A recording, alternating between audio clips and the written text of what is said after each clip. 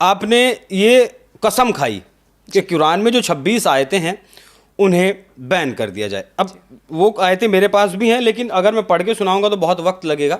आप संक्षेप में बताइएगा कि क्या कुछ है इन आयतों में और क्यों ये बैन करने की बात है। मैंने उसको बहुत शॉर्ट फॉर्म में कहा, हालांकि मेरे पिटिशन में जो तैयारी और जो रिसर्च मैंने किया है वो काफ़ी लंबी चौड़ी है, लेकिन कुछ चीज़ें हैं जो मैं आपकी व्यूअर्स को और जनता को रूबरू कराना चाहती हूँ।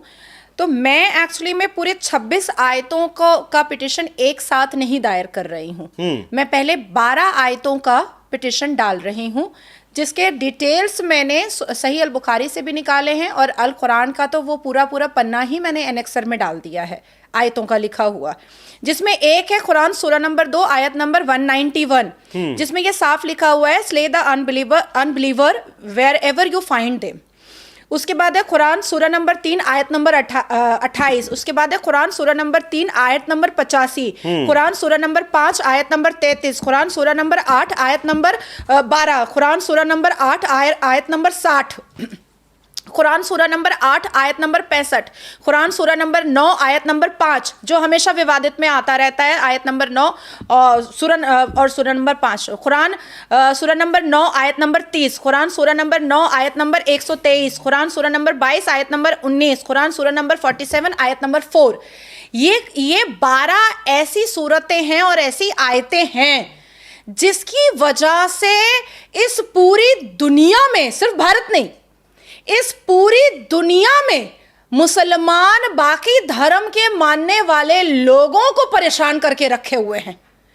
आप जर्मनी चले जाओ, आप पाकिस्तान चले जाओ, आप इंडोनेशिया चले जाओ, आप श्रीलंका चले जाओ, आप इजराइल चले जाओ, आप लंदन चले जाओ, आप अमेरिका चले जाओ, आप साउथ अफ्रीका चले जाओ, कहीं भी चले जाओ, इटली चले जाओ, डच चले जाओ, हर जगह आप देखिएगा कि टुकड़े टुकड़े गैंग जो है इन्हीं आयतों की वजह से मारना, काटना, लूटना, पीटना, रेप करना, और उस जहां पर वो करते हैं उसके जर्रे जर्रे को इस्लामिक बनाने की कोशिश में लगे रहते हैं।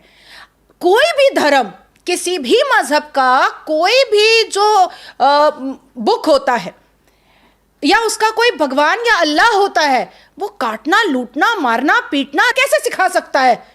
ये बहुत बड़ी बात है कि एक अल्हामी किताब जो आसमान से नाजिल हुई है, एक अल्हामी किताब जिसको एक मजहब के अल्लाह तबारक ताला ने नाजिल किया है, एक अल्हामी किताब जो प्रॉफिट मोहम्मद सल्लल्लाहु अलैहि वसल्लम पीस अपॉन हिम के ऊपर नाजिल हुई है, उसमें इतनी खतरनाक बातें कैसे लिखी जा सकती हैं? वसीम रिजवी का कहना है कि बाद में जोड़ी गई हैं आयतें। हाँ, बिल्कुल हो सकता है, बिल्कुल हो सकता है। और मैं आपको एक और बात बता दूं कि हमारे मक्का मुअज़्ज़मा मदीना मुनव्वरा में 24 घंटे कुरान की आयत जो है वो इबादत की जाती है, उसका प्रीच किया जाता है। उसमें वो 26 आयतें साइलेंट मोड में है, वो नहीं पढ़ी जाती हैं।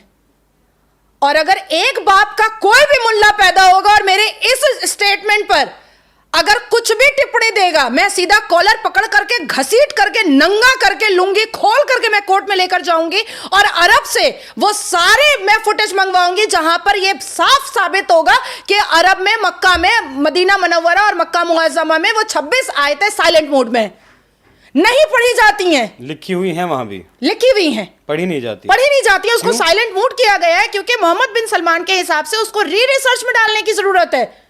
आप सोचिए कि कोई इस्लामिक स्कॉलर खड़ा होकर के ये कहता है कि rape is a part of जिहाद। ये क्या है? हमारे यहां वोट मांगने के लिए फतवा जारी होता है, लेकिन कोई इमाम मस्जिद के अंदर रेप करता है तो उस इमाम के खिलाफ फतवा जारी नहीं होता है। हमारे यहां किसी प्रवक्ता के ऊपर फतवा जारी हो जाता है, लेकिन मजार के अंदर न्यूड फोटोशूट होता है, नंगा नाच होता है, मुजरा होता है, तवाइफ खाना बना दिया जाता है मजार को, लेकिन उस पर फतवा जारी नहीं होता है। मुसलमान मर्द नंगा हो, लुच्चा हो, आवारा हो, बदतमीज हो, अश्लील हो, जो भी करे, फतवा नहीं होता उसके ऊपर, फतवा नहीं होता। वोट मांगने के लिए फतवा कैसे? कब अल्लाह तबारक ताला को यह पता चला कि कांग्रेस पार्टी बनेगी और कोई और अन्य पार्टी बनेगी जो उसके लिए फेवर में मुल्ला मौलवी जो है वो फतवा जारी करेंगे? ये अल्लाह को कैसे पता हो सकता है? नहीं हो सकता ना। तो फिर ये फतवा का इस्तेमाल पॉलिटिक्स में कैसे हो रहा है?